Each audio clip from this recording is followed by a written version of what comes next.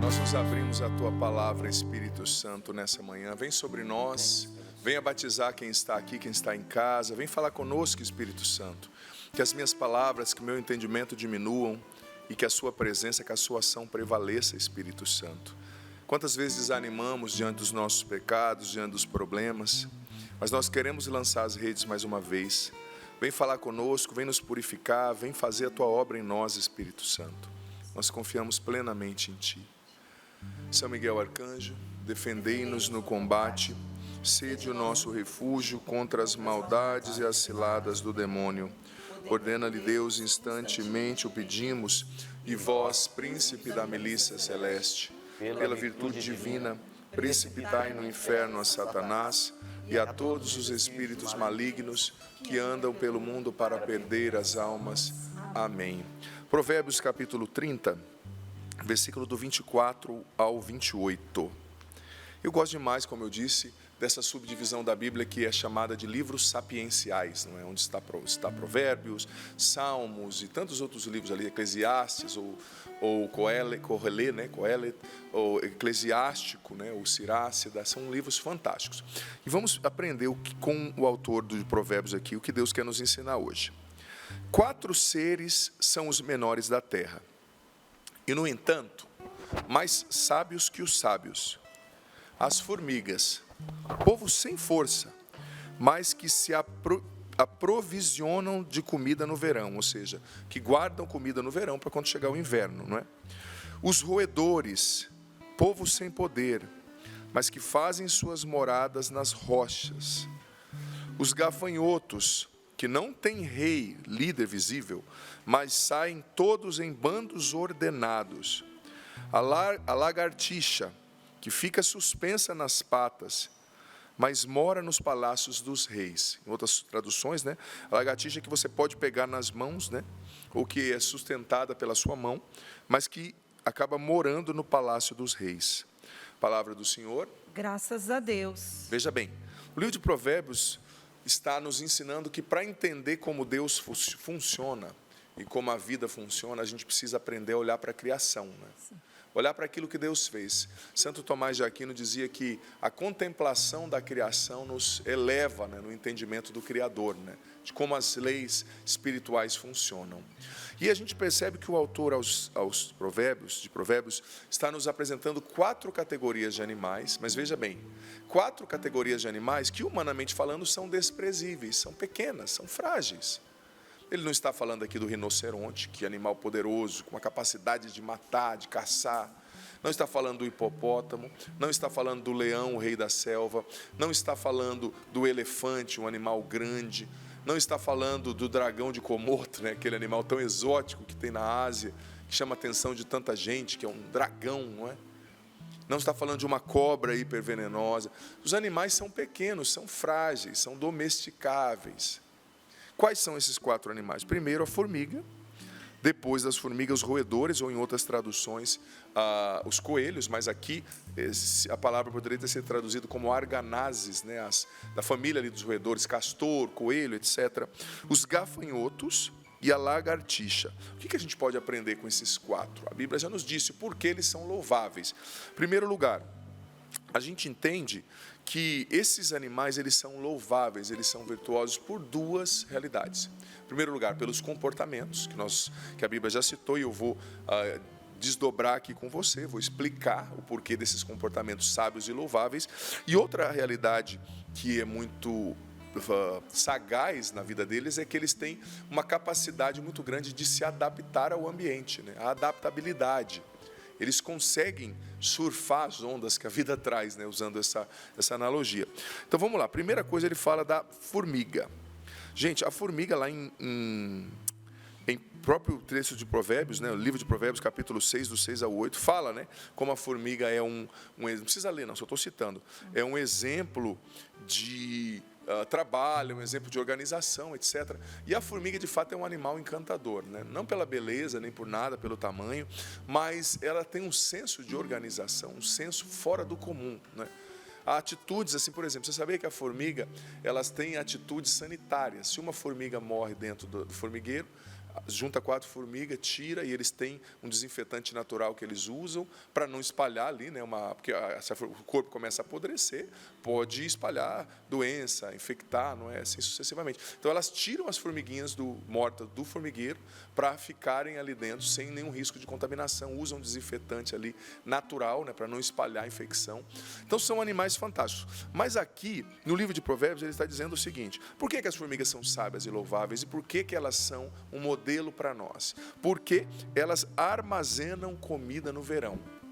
Por quê? Porque quando chegar o inverno, imagina, sobretudo lugares nos quais existe um inverno rigoroso, um bichinho do tamanho da formiga não vai conseguir armazenar comida, não vai conseguir estocar comida, né, gente? Por quê? Sobretudo lugares com neve, com vento, é inóspito. Então a formiga é um animal inteligente, porque ela não trabalha só para o hoje. Aqui a Bíblia está falando da importância da programação, da previsão, né? Você precisa contar não só com a providência, às vezes nós vamos ter que contar com a providência de Deus, mas muitas vezes Deus age com a providência, nos alertando para que nós hajamos na previdência, ou seja, eu não vou esperar o fogo começar para eu falar, Deus, vem e apaga. Não, eu vou deixar o extintor no lugar, eu vou tirar os focos de incêndio, eu não vou deixar ali aquela madeira perto daquele elemento de combustão ali, talvez uma querosene, uma coisa em cima, e que pode cair uma fagulha de fogo, sei lá, pode sair do fogão e...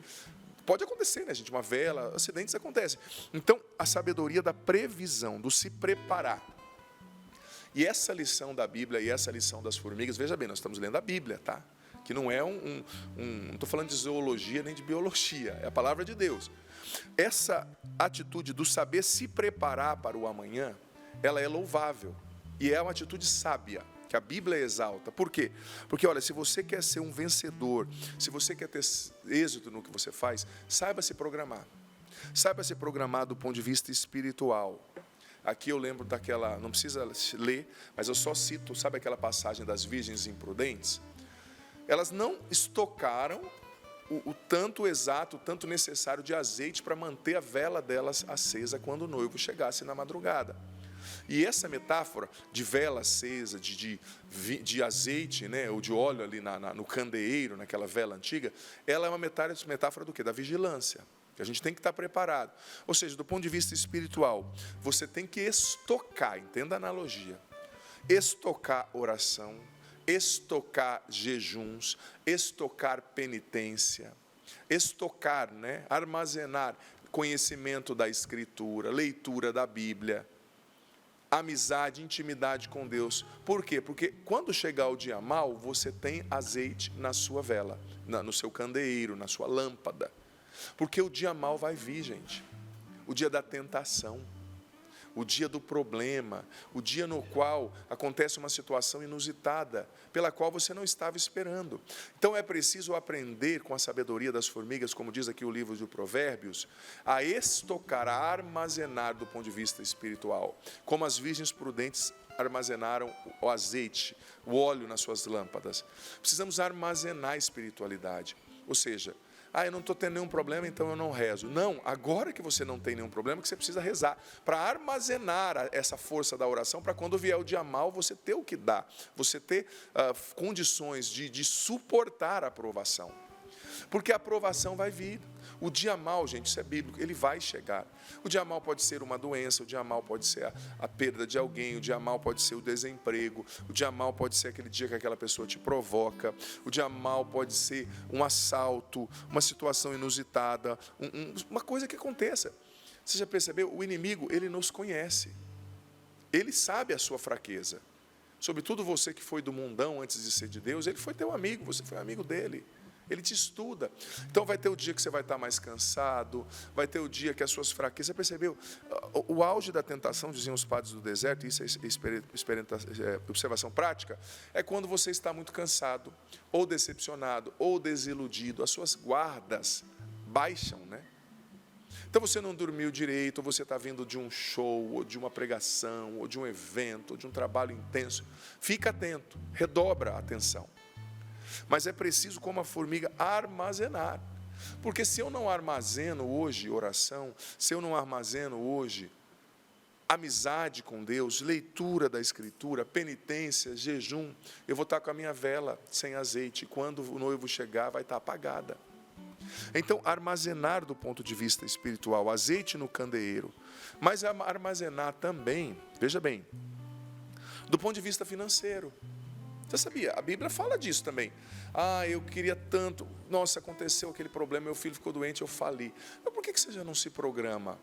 Padre, eu não tenho muito dinheiro. Mas olha, se você gastar, se você juntar R$200, R$100, R$50 por mês, em 2 anos você vai ter uma quantia que te vai dar condições de, se alguém ficar doente repentinamente, você pagar pelo menos uma parte do tratamento.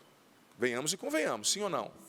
É que a gente não se programa, a gente vai vivendo a vida, sobretudo para nós brasileiros, eu vejo como é difícil às vezes a programação, né? Você convive às vezes com um americano, o cara, se ele sai de uma programação, ele surta, porque tem que ter um método, tem que ter, ele é formado para isso. Mas para nós às vezes é difícil, né? Mas a Bíblia está falando, não é para a gente engessar, não é para você agora tirar toda a espontaneidade da vida, não é isso. Mas é preciso armazenar também dinheiro, do ponto de vista financeiro, porque senão vai vir o dia mal também, as pessoas ficam doentes, infelizmente. Às vezes a pessoa fica doente, falece, a família não tem condição nem de comprar um caixão. Tudo bem, existem casos nos quais há uma pobreza extrema, a gente entende, mas existem casos também no qual a pessoa está vivendo assim, sabe? Agora está bom, eu tenho dinheiro, é só festa, é só churrasco. Ei, Deus está falando com você, seja mais prudente, armazene, guarde um pouco de dinheiro para o dia mau, que também vem.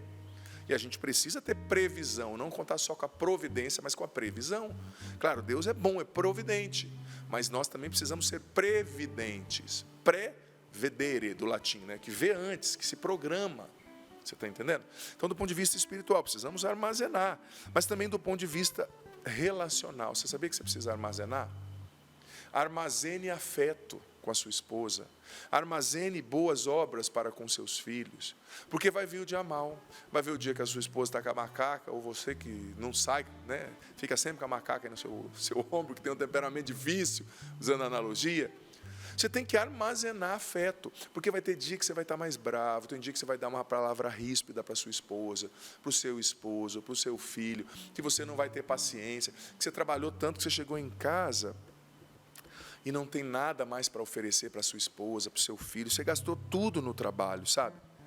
Então, armazene afeto. Quando está tudo bem, beije, abrace, elogie, não tenha medo de elogiar, não tenha medo de cuidar.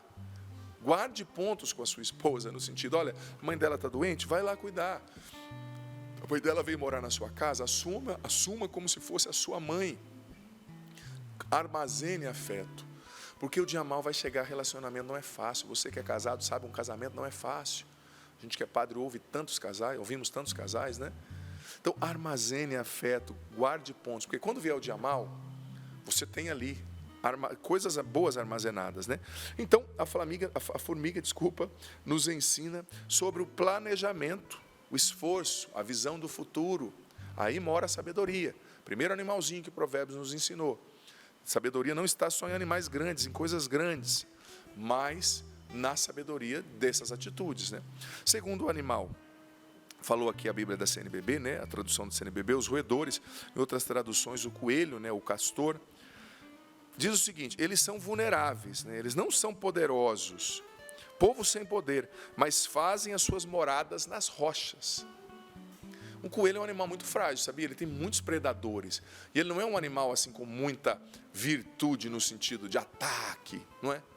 Ele é facilmente devorado, mas ele sabe construir, não obstante a sua vulnerabilidade, o lugar certo para ele se abrigar. Ele que constrói a sua casa na rocha. Nós somos frágeis, gente. Você é frágil. Você é frágil fisicamente. Como nós somos frágeis? Tempos atrás eu fiquei 3 dias doente, 3 semanas, com uma gripe que não passava, eu não tinha voz. E tinha, por exemplo, encontro para pregar, tinha show na Canção Nova, tinha tanta coisa. Não vinha. Eu fui lá visitar os meus pais, eu brinco que eu perdi eu não sou mais do sul, não, eu perdi a resistência ao frio, né? Lá no meu estado, semana passada, eu passei por lá, estava 0 grau, né? E eu, Jesus do céu, eu sou sulista fajuto. Estou há 21 anos em Cachoeira Paulista, quase, né? Então a gente desacostuma. Mas você pega uma gripe, gente. Você fica mal, você descobre um câncer. Nós somos vulneráveis. Você é vulnerável fisicamente. Olha, você é vulnerável espiritualmente. Qualquer tentação às vezes nos derruba, né? Tem pessoas que são iludidas, acham que são o máximo. Cuidado, seu teto é de vidro, não julgue os outros. Nós somos vulneráveis no nosso casamento. O casamento é vulnerável, gente. Você que é casado, né? A educação dos filhos é vulnerável. Você dá o seu melhor, de repente o filho de uma hora para outra faz uma escolha que você nem imagina, sabe? Mas o que Provérbios está dizendo? Construa como o coelho, como o roedor, a sua casa na rocha, não obstante a sua fraqueza. Ou seja, isso significa saber blindar a própria casa, saber blindar o próprio casamento, saber blindar a própria família, saber blindar os próprios relacionamentos, com oração, com atitudes sábias. Por exemplo, o dia mau talvez vai vir entre você e o seu esposo. Então fortaleça desde já o diálogo, a amizade. Olha, todos os casais passam por crises, mas um casal que passa por crise, tendo antes o alicerce, o fundamento do diálogo e da amizade, eles lidam muito melhor com a crise e muito possivelmente vão superar. Então construa essa casa num lugar forte, sabe? Antes de você construir um prédio alto, você precisa fortalecer os fundamentos, o alicerce. Então, blinde, trazendo tudo que você vive para Cristo, né? Lá em Mateus está escrito, né? 7, 24 a 25, que aquele que constrói a sua casa sobre a rocha é o que constrói a sua casa obedecendo a palavra de Cristo. Então traga o seu casamento para Cristo, blinde o seu casamento pela oração, vá com seus filhos e o seu marido para a missa. Se tiver a oportunidade de fazer um encontro de casais, vá fazer um encontro de casais. Institua o hábito da oração na sua casa. Tudo é hábito, gente. Eu lembro quando eu fui viajar nas minhas férias com meu sobrinho, tinha 5 anos, e eu comecei a rezar o terço perto dele. Eu falei, nossa, criança de 5 anos, ele vai ficar inquieto. Aí ele sentou do meu lado, começou a responder o Pai Nosso, responder a Ave Maria. O menino de 5 anos rezou o terço inteiro comigo. E não é um menino de 5 anos calmo, tá? Ele puxou o tio. O tio, quando era pequeno, era chamado de furacão pela minha avó, né? Então você tem noção. Mas daí eu falei, filho, como é que você sabe rezar, né? Marcelo Rafael, ele falou assim, eu rezo com meu pai nas sextas-feiras, a gente vai de carro e vai rezando. Eu falei, olha só, as crianças aprendem o que você ensina. Se você rezar na sua casa com seu neto, com seu filho, ele vai saber rezar.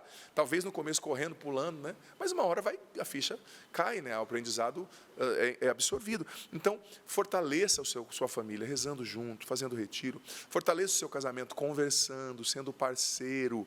Você está viajando, manda uma mensagem. Olha, você não precisa falar, você é adulto, você é independente, você sabe fazer, mas cria boa dependência. Manda uma mensagem para sua esposa. Olha, cheguei aqui, está legal, está chovendo, está frio. Crie motivo para conversar, gente. Aí não tem o que falar, inventa. Liga lá e fala assim, olha, como é que você está? Então, olha, eu parei lá, comi uma coxinha de frango, estava tão boa, que coisa mais, né, sem relevância nenhuma. Mas você está criando ponte para o diálogo. Com a sua esposa, com o seu filho. Ou você só quer falar quando tiver um assunto ultra relevante, trazido pelos anjos? Não, converse sobre coisas cotidianas. Assim você está construindo a sua casa na rocha. É o diálogo em família, é a partilha, é a amizade. Esposa e esposa, vocês têm que ter amizade. Não é só as outras coisas que eu não posso falar em rede nacional, né? Que às vezes nem está acontecendo, mas enfim. Tem que ter amizade. Tem crianças assistindo, né, gente? Tem que ter amizade, tem que ter diálogo, tem que ter parceria.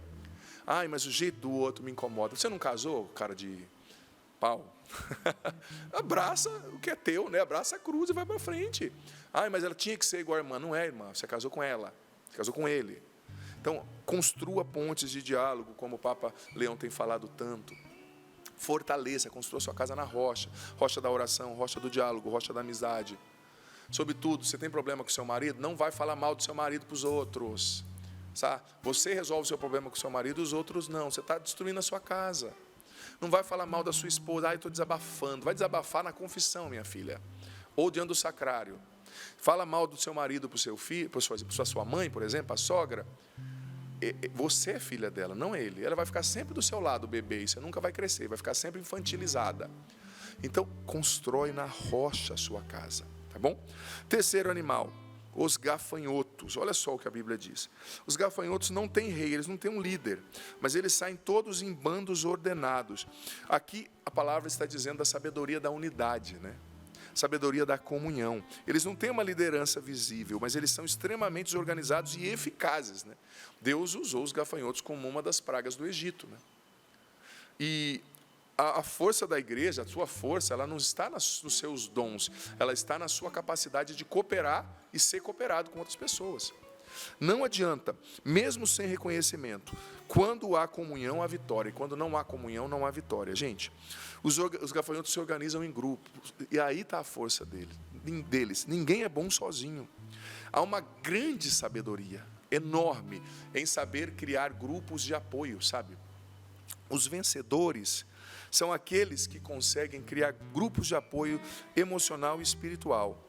Aqueles que sabem ter amigos, conviver com as pessoas, porque isso é essencial para alçar voos mais altos, para conquistar as nossas metas. Nós precisamos de uma rede de apoio, nós precisamos das pessoas. Talvez você é altamente eficaz.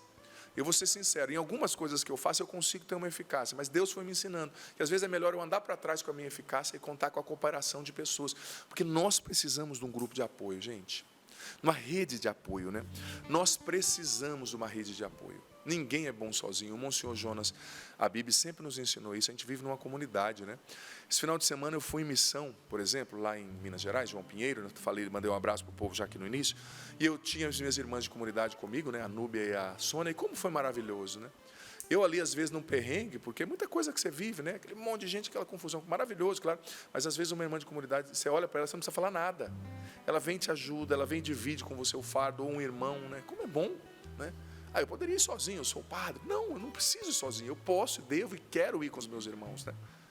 Por quê? Porque, gente, mais hora ou menos hora, vão ter pontos cegos na sua vida. Quem aqui dirige sabe disso. Eu dirigi caminhão há muito tempo. Tive até um caminhão, me respeite, já fui caminhoneiro. Muito tempo atrás, por pouco tempo. E eu vou dizer para ti, às vezes você está com um caminhão com 20 mil quilos, cara, com 15 mil quilos, com 10 mil quilos, e você tem que fazer uma ultrapassagem, às vezes tem, porque você pode estar devagar com o seu caminhão, mas sempre vai ter um outro mais devagar na sua frente, e se você não ultrapassar, você está em terceira, você vai ter que jogar para a primeira, e para você recuperar é só no final da subida, e olha lá. E só que muitas vezes tem pontos cegos. Muitas vezes. Aí a gente aprendeu com a experiência a colocar um espelhinho dentro do retrovisor, né? Um outro espelho que pega outro foco, né? Aí você tem que olhar para o retrovisor e para o espelhinho pequeno. E às vezes, quando eu estava inseguro, eu colocava a cabeça para fora. Não aconselho, viu? Mas melhor colocar a cabeça para fora do que atropelar um motoqueiro, né? Moto é perigoso demais. Eles vêm, você não sabe de onde, gente. São Paulo é um perigo, surge motoqueiro do nada. A vida tem pontos cegos, assim como um caminhão, assim como um carro. E nessa hora você precisa de pessoas. Eu louvo a Deus pelas pessoas que têm a coragem de chegar em mim e falar: padre, você não está vendo isso, mas cuidado, é um ponto cego. Sobretudo quem é líder, você precisa de pessoas que não te adulam. Fuja dos aduladores. Essas pessoas te levam para o buraco. Claro, a gente precisa de elogio um de outro, mas tem gente que não sabe te corrigir. Eu não quero como amigo quem não sabe me dizer a verdade, não quero. Sabe, não quero adulador. Uma que Deus me deu a graça de conhecer muito bem as minhas fraquezas. Né? Quando a pessoa fala uma coisa, eu falo: vem morar comigo uma semana, né? Vem conhecer o padre de perto. Eu tenho consciência. E Deus me fez questão de mostrar, como diz São Paulo, né, aos Coríntios, para que a grandeza da revelação não nos ensoberbecesse, né? Deus nos deu espinhos na carne. Mas você tem que ter pessoas do seu lado que te mostram os seus pontos cegos. Você não está vendo, você vai ultrapassar, mas tem uma moto vindo. Você tem pontos cegos, eu tenho pontos cegos, todos temos, sobretudo os líderes, padres, bispos, gestores públicos, professores, pais de família, mães de família, nós temos pontos cegos, ponto. Nós precisamos de pessoas que nos façam ver, nós precisamos de um grupo de apoio, pessoas que nos previnam as quedas e que nos acolham quando cairmos também, né? É tão bonito quando você pode se abrir com uma pessoa que não te julga, né? Que te entende, você caiu. Eu tenho uma amizade maravilhosa com as minhas irmãs, eu consigo conversar com elas sobre tudo, por exemplo. Olha, estou triste, estou isso, aconteceu aquilo. É tão bom quando você entende uma pessoa ali que te acolhe, né? Uma irmã, um amigo, mesmo quando não há uma queda, não é só numa queda, num erro que você tem que pedir ajuda, né? Você tem que pedir ajuda sempre, você tem que conversar sempre. Mas seja como esses seres, os gafanhotos. Eles têm comunhão. E a última categoria de animais aqui, que o meu tempo já está curto, é a lagartixa. A lagartixa, gente, está dizendo aqui a palavra, né? Que ela é pequena, você pode pegá-la nas mãos e também ela fica suspensa nas patinhas. Mas mesmo assim, ela entra nos palácios dos reis. Ou seja, um animal desprezível, mas ela está nos ambientes mais distintos, de mais honra. Por exemplo, na época dos reis, vamos dizer ali o rei Artaxerxes, né? O rei da antiga Pérsia.